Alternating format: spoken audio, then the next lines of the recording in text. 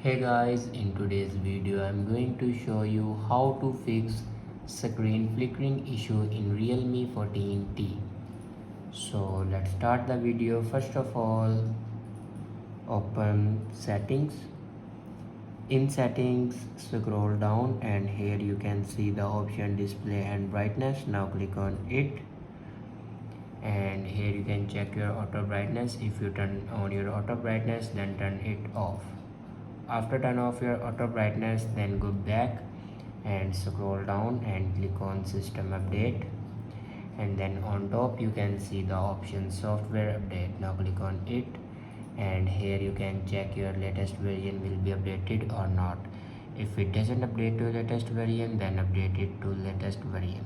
After update a latest version, then go back and click on backup and reset.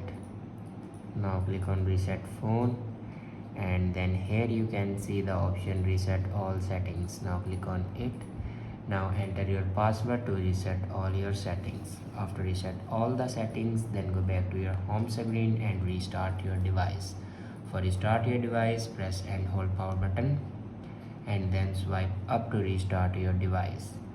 After doing these steps, your problem will be fixed. I hope this video is helpful for you. Thanks for watching.